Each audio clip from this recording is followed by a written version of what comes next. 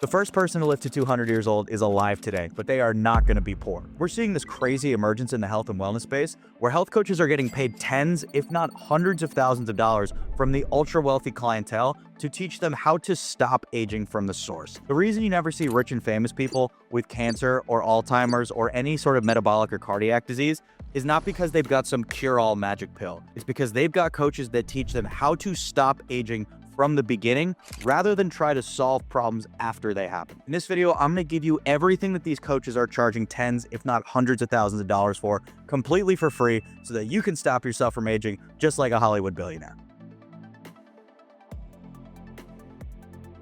Before we start this video, it's important to note I'm not a doctor. Nothing I say here should be misconstrued with medical advice. So if you're going to try to replicate any of these protocols, make sure you're only doing so with direct supervision of a medical professional. Now, let's get into the video. Let me start with something that most people feel but can't quite articulate. Right now, we are the sickest, fattest, most unhealthy civilization that has ever existed in the history of the planet. I'm talking about the United States of America in 2026. We're simultaneously the most medicated civilization of all time, as well as the sickest civilization of all time. Those two things should scare you. Never in recorded history have we seen higher rates of Alzheimer's, metabolic disease, heart disease, depression, autoimmune conditions, childhood cancer, and pretty much every single chronic disease on the planet. Every single one of which is accelerating not gradually, but exponentially every single year. So as we're going through the scape of this video, and the very first lesson a lot of these health coaches give their ultra-wealthy clientele is to take yourself out of our normal medical frame, which is, I have a problem, let me go to the doctor and find a solution. There are doctors out there that are going to be able to help you, but they're hyper-specialized. The number one thing we have to break in the beginning is to understand that most of the medical advice that we've been given has been wrong. Hospitals haven't been owned or run by doctors in a long time. They're owned by MBAs and giant conglomerate businesses, and they should be looked at as just that. Businesses. They are not designed to keep you healthy and well. They are designed to make money, just like every business. You can't be mad at them for it. It's just the way it is. So when we look at the healthcare system like we look at any business, it all starts to add up. What does every successful business model themselves after in the modern age? Subscription-based recurring payments. Everybody does it. Amazon, Spotify, Netflix. Everybody wants recurring revenue that's going to come every month from work that you did months ago to acquire that customer. So when we look at our medical system, and these guys have profit in mind just like any other business owner, what is the best way to get recurring revenue from someone who cures sickness? The easiest way would be to make more sickness, to give people more reasons that they need to buy medication, that they need to take medicine. And I want to make one thing very clear. Your doctor is not evil. He's not sitting there rummaging his hands together, plotting your demise. It is so far out of his control that it's almost laughable. When you go to a doctor and you want to use your health insurance, he is now limited to only what your health insurance is approving you to use. Your health insurance is incentivized to keep you buying more medication. The more you use of it, the more money they make. The same people that are paid to make the medical recommendation are also the same people that are paid to make the drugs that they're recommending. Now, if I wanted to get you on more medications, I would make sure every medication I give you is going to create a follow-up problem down the line that is going to require another medication. This is the recurring revenue model that hospitals and doctors' offices have been using for the last couple decades. And unfortunately for us, this is kind of new. This was not always the case. Our medical system actually used to have our best interest in mind. But like most things, once people see how much money can be made from it, all of a sudden their morals go out the window.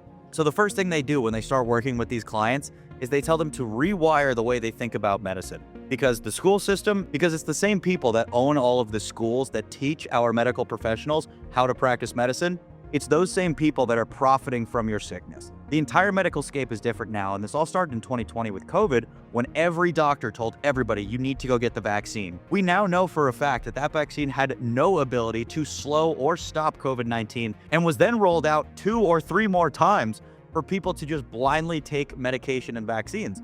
All of a sudden, people started asking questions. Does my doctor actually know how to help me? Or is he just listening to the people above him that write his paychecks? And now in this post-COVID world, we're seeing this emergence where everybody's taking their health into their own hands and realizing it's my own responsibility to keep me alive as long as I want to be alive. And not just alive and breathing, but high functioning and high performing. And the number one word to watch out for as this type of medicine becomes ever more popular: mitochondria. It is my prediction that this is going to be the most talked about process in the human body, is how to improve your mitochondria. We're already starting to see a little bit of this, but we're starting to see the shift where everything, all of our disease, all of our physical optimization, the way that we sleep, the way that we recover, the way that we process as a human being, almost all of it directly relates to our mitochondria. Heart disease, the #1 killer in America today, and it is directly as a result of a damaged mitochondria, especially from things like seed oils and ultra-processed foods. And when we look at the owners of these ultra-processed food companies, it is the same people that sell what treatment? You guessed it,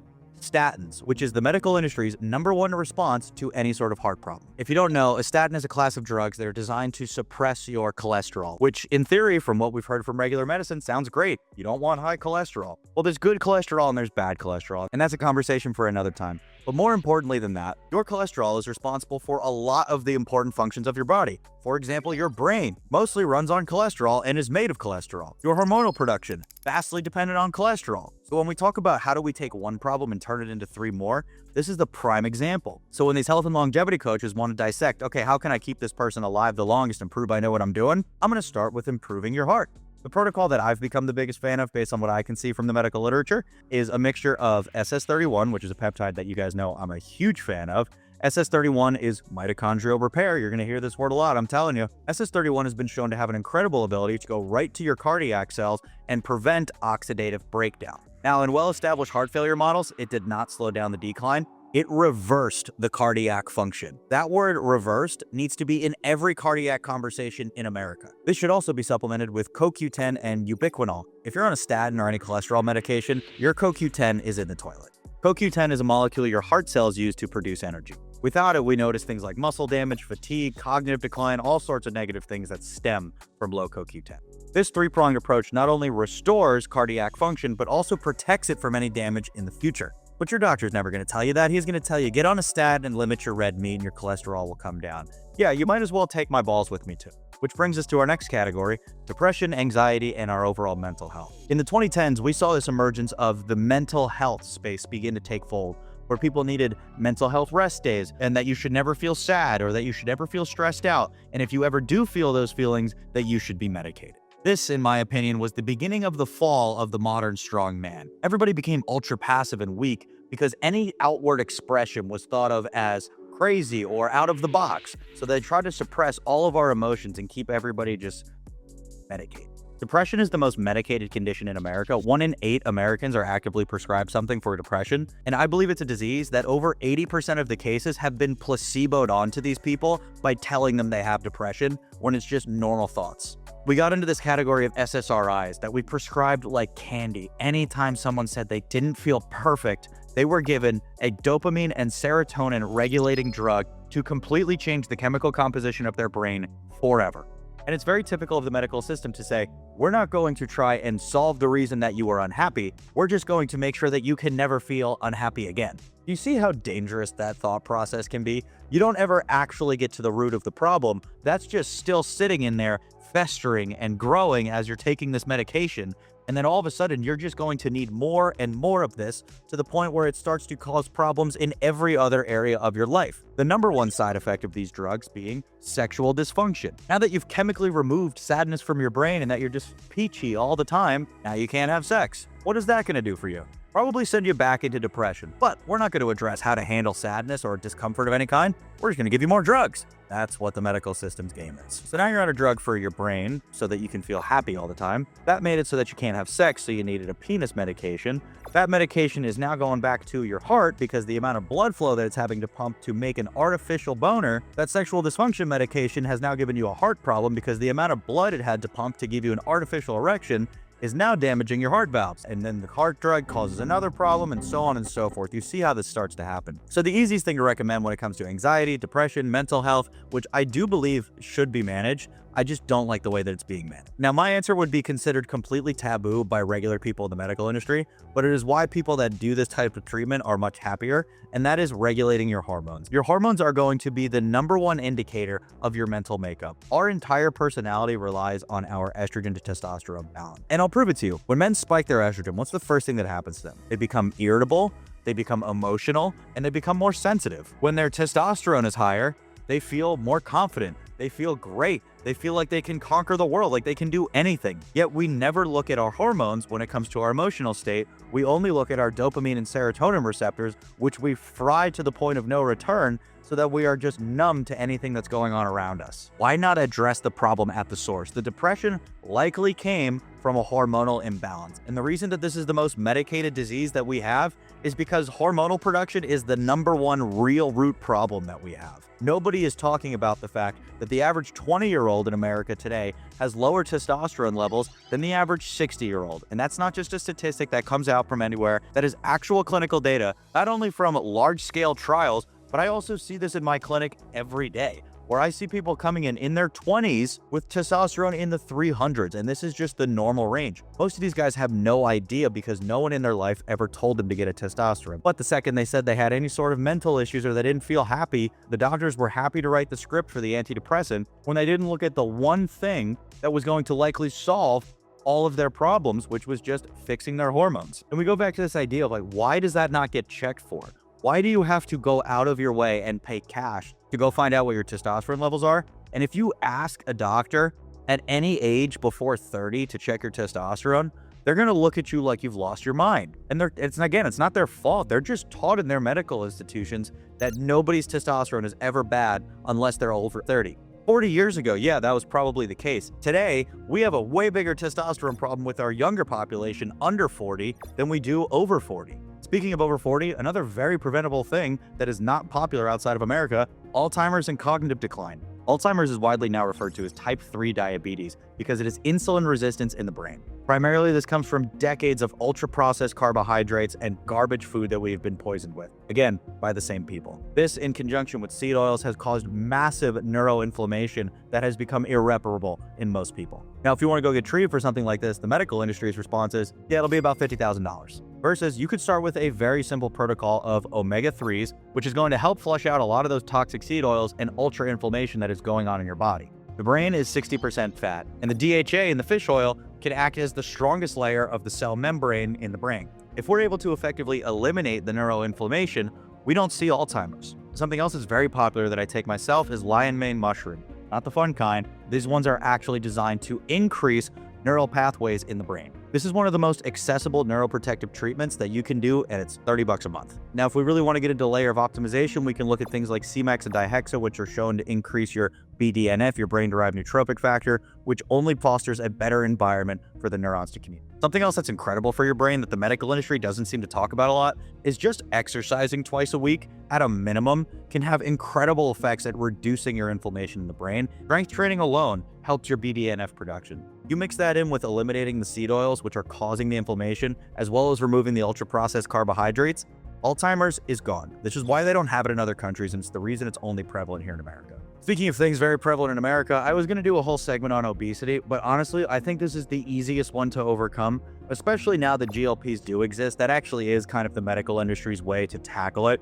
I'm on the fence with it. I've tried them myself, mostly for aesthetic purposes, as well as to give you guys honest reviews about how they work for me. I don't think it's rocket science to try to burn more calories than you're eating. And people always complain about metabolic disease and metabolic disorder.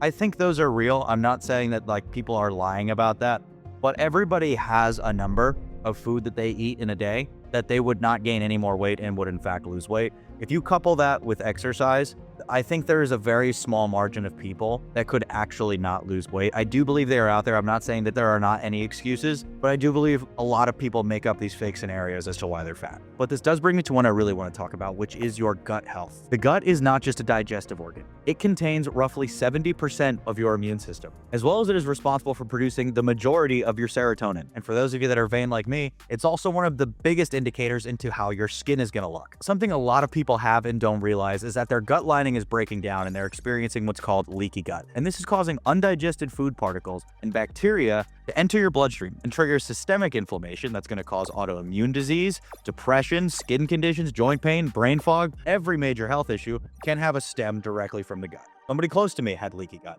The protocol that you get put on when you have this to do this whole repair is brutal. I saw the absolute life draining from her eyes as she could only have juice for 7 days straight and taking all of these different pills in efforts to repair a torn gut lining. This is one of the #1 things to watch out for, especially with our modern diet, food, water, and drugs that are sitting there digesting and rotting our bodies from the inside. I believe leaky gut is going to be one of the leading things that is causing people to have all of these different problems as we go down the road. So taking action now to keep it healthy and repaired is going to be pivotal to the success of how well you age. Also, one of the biggest ways this happens and people don't realize comes from antibiotics. Every time you get sick and take an antibiotic to get rid of it, you are destroying your gut lining, and it's very important to follow it with some sort of gut protocol. Now, there's several things on the marketplace today that I've become a big fan of. One of them is, of course, BPC 157. You're going to hear that this stuff is the cure-all for a lot of problems, but it is incredibly effective at repairing and restoring your gut lining.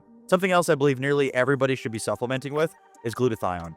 This is the body's master antioxidant, and the biggest reason that we see gut issues and damage is from toxins that have been sitting and ripping up our lining from the inside. Again, coming from the processed foods, the antibiotics, the poisoned water, go down the list. But glutathione helps clear out a lot of that gunk and garbage that's sitting in your intestine. And lastly, of course, is a pro and prebiotic, and not using this as an aftermath or after the problem, but doing this preemptively, always keeping yourself in check to make sure that you don't get to a problem. The biggest shift and the biggest takeaway I want you to get from this video is to stop waiting for bad things to happen and to get ahead of the curve. Because if you can prevent aging and disease from happening, it is way easier to stop than trying to get rid of it once it's already there. There's a common phrase in the medical industry: an ounce of prevention is worth a pound of cure. That could not be more true. So look, if you're into learning more about what the elites are paying health professionals to teach them, this is everything I post on my page. I want to make this stuff all accessible and free to you guys. So if you want to see more of this stuff, hit that subscribe button, turn on post notifications, and I will see you guys in the next one.